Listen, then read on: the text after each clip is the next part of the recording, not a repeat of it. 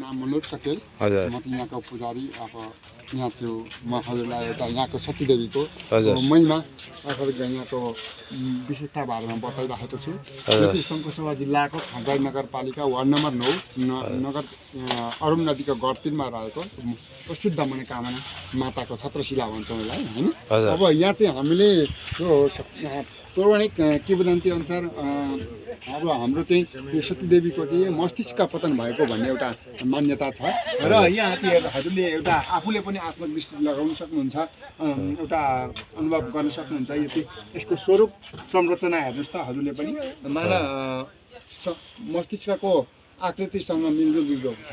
हो यसले गर्दाखेरि अब यो मस्तिष्क त यो भयो, तर अब यहाँ अरू पनि माताका अङ्गहरू हामीले दर्शन गर्न पाइन्छ। जस्तै अब दाँत पतन भएको ठाउँमा दन्तकाली भनेर दर्शन गऱ्यौँ, आँखा पतन भएको ठाउँमा सिद्धकाली भनेर दर्शन गऱ्यौँ होइन, गुहे पतन भएको ठाउँमा गुहेश्वरी भनेर दर्शन गऱ्यौँ भने अब यहाँ चाहिँ हामी मस्तिष्क पतन भएको ठाउँमा मनोकामना माता भनेर हामी दर्शन गर्छौँ। र यहाँ चाहिँ अब अरू अरू अङ्गहरू पनि हामी यहाँ देख्न सकिन्छ। यहाँ माताको बायाँ हातको रूप स्वरूप कुइना सहित हेर्नुहोस् त, बायाँ हातको स्वरूप देख्न सकिन्छ होइन।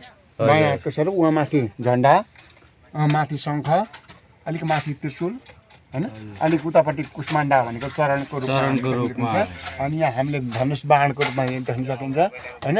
अब यहाँ चाहिँ अब यो गदा माताले लिनुहुन्छ नि, गदाको स्वरूप देखिन्छ। ज्वालामुखी भाँडाको रूपमा देख्न सकिन्छ।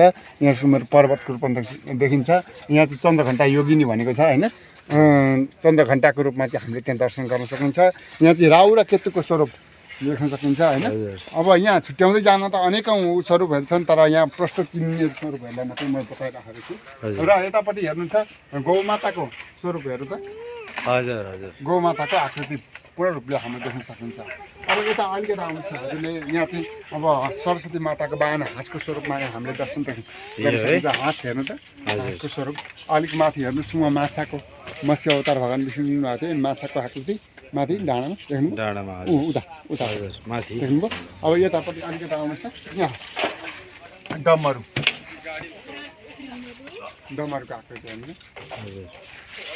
यतापट्टि नन्दी, त्यो तामा नन्दी हुन्छ यता माथि। अच्छा माथि भित्तामा नन्दी हेर्नु, भित्तामा हेर्नु त, मान्छेले बनाएको भन्दा पनि आकर्षक ढङ्गले भन्नु। हजुर शिवजीको महादेवको आसन सहित हेर्नु त, आसन पनि हेर्नु नि हजुर कस्तो मजाले बस्यो।